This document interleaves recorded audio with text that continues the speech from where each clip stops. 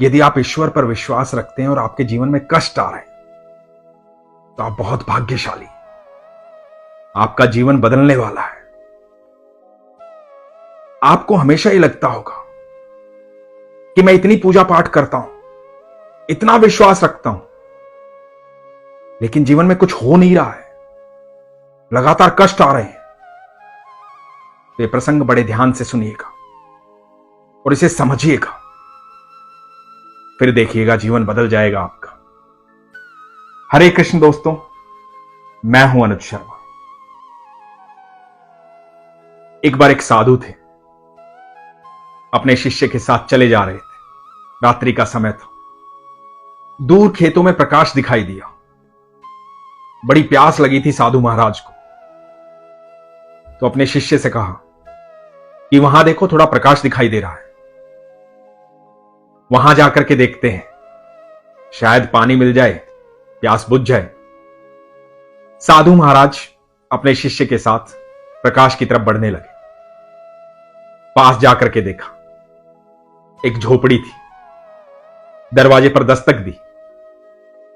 एक व्यक्ति आया, उसने साधु महाराज को प्रणाम किया। साधु महाराज ने कहा कि बड़ी प्यास लगी है, दूर से चलते हुए आ रहे हैं, आपकी झोपड़ी में प्रकाश दिखाई दिया तो यहां आ गए, थोड़ा पानी मिलेगा। उस व्यक्ति ने बड़ी आवाभगत की, झोपड़ी के भीतर आसन बिछाया, साधु महाराज को, उनके शिष्य को बिठाया और साधु महाराज को कहा, मात्र पानी पीने से काम नहीं चलेगा, यह भोजन का समय है, आपको भोजन भी करना पड़ेगा। अपनी पत्नी से कहा कि भोजन की व्यवस्था करो। भोजन परोसा गया। साधु महाराज ने और उनके शिष्य ने बड़े आनंद से भोजन किया।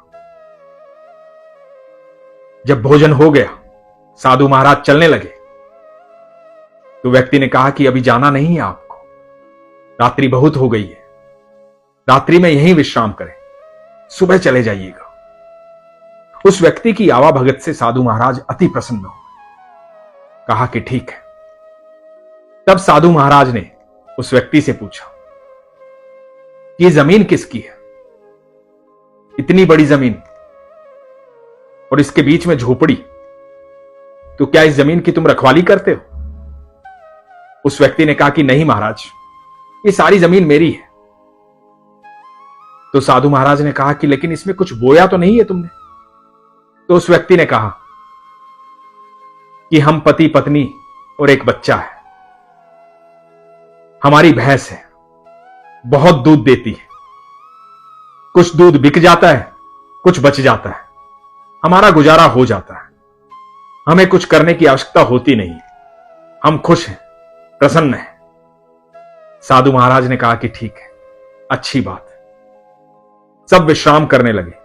जब आधी रात हुई तो साधु बाबा ने अपने शिष्य को उठाया और कहा कि चलो, बिना शोर किए यहां से चलो। झोपड़ी से बाहर निकले, उस व्यक्ति की भैंस को खोला और भैंस को अपने साथ ले जाने लगे। शिष्य ने कहा कि महाराज ये क्या कर रहे हैं आप? ये तो पाप है, उसका गुजारा इसी भैंस से होता है, इसको कहां ले जा रहे हैं आप? साधु बाबा ने कहा कि आश्रम में इसकी अत्यधिक आवश्यकता है, वहां दूध चाहिए, इस भैंस को ले जाना पड़ेगा, ये यहां क्या करेगी? और साधु महाराज ने उस भैंस को लिया, अपने शिष्य के साथ आश्रम की तरफ बढ़ चले। शिष्य को बड़ा दुख हो रहा था, वो अप्रसन्न था, उसे बिल्कुल भी अच्छा नहीं लग रहा था, लेकिन शिष्य था, ज्यादा बात नहीं कर सकता था, कुछ कह नहीं सकता था। समय बीतने लगा। समय जब बीत गया तो शिष्य को ज्ञान की प्राप्ति हुई। शिष्य भी अब बड़े साधु हो गए थे, लोगों को भजन सुनाते थे, कीर्तन करते थे, भगवान का नाम लेते थे। एक दिन मन में एक बात आई शिष्य के कि जीवन में एक ही पाप किया है, एक रात्रि अपने गुरु का साथ दिया है चोरी करने, उस पाप को धो डालता हूं, उस व्यक्ति से क्षमा मांगता हूं। यह सोच करके वो शिष्य उस व्यक्ति के उस खेत की तरफ चल पड़े। जब वहां पहुंचे तो देखा कि सारे खेत लहला रहे हैं, चारों तरफ हरियाली है, झोपड़ी की जगह एक बड़ा मकान बन गया। शिष्य को लगा कि शायद वो व्यक्ति यहां से चला गया, उसने अपनी जमीन बेच दी है, हो सकता है उसका विश्वास टूट गया हो। फिर भी जाकर के दरवाजे पर दस्तक दी, वही व्यक्ति सामने आया। कई साल बीत चुके थे।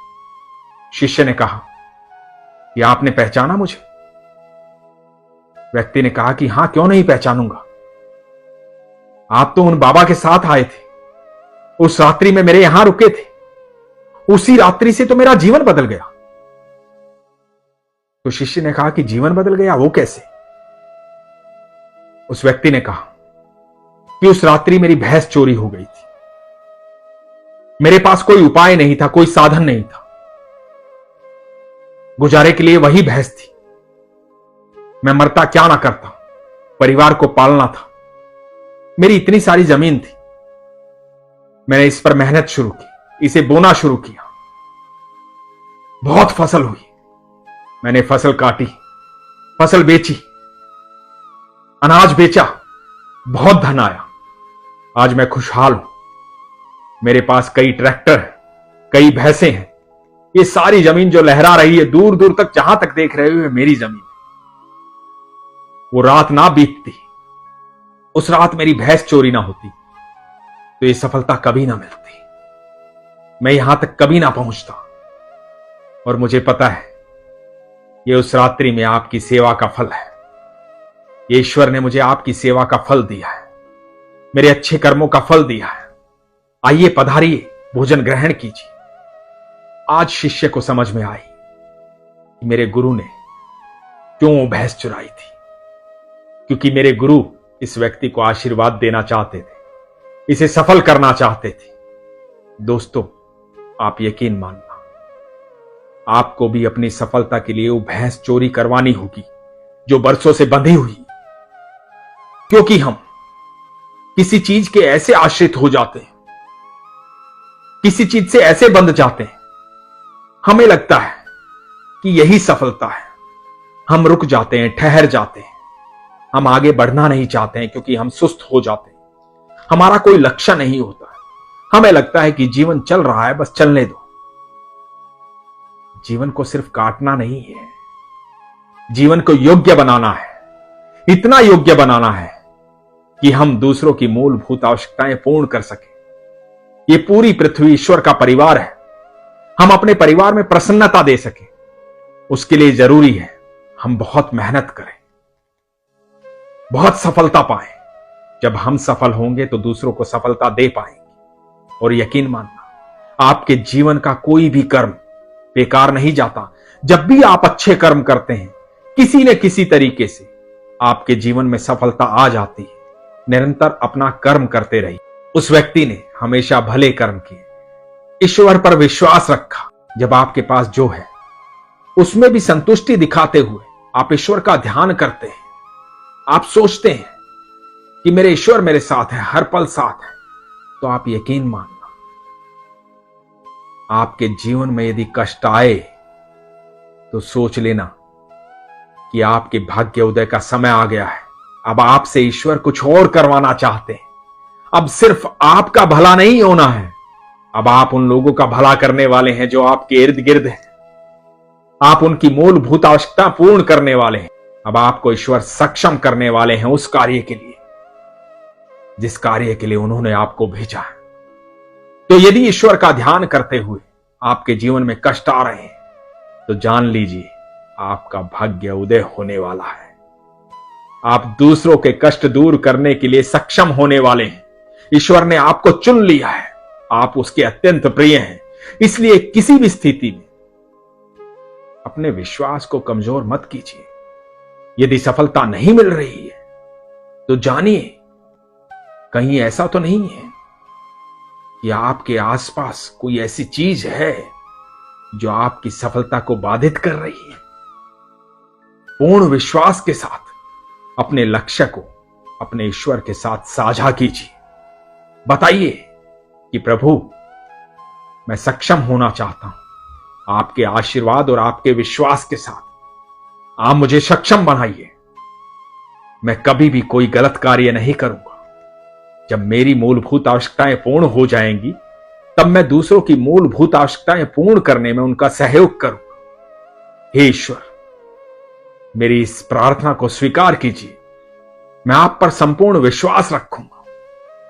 आप यकीन मानना, जब आप ये बात ईश्वर से करेंगे, उसी क्षण ये जान लीजिए कि आपकी सफलता के सारे मार्ग खुल गए।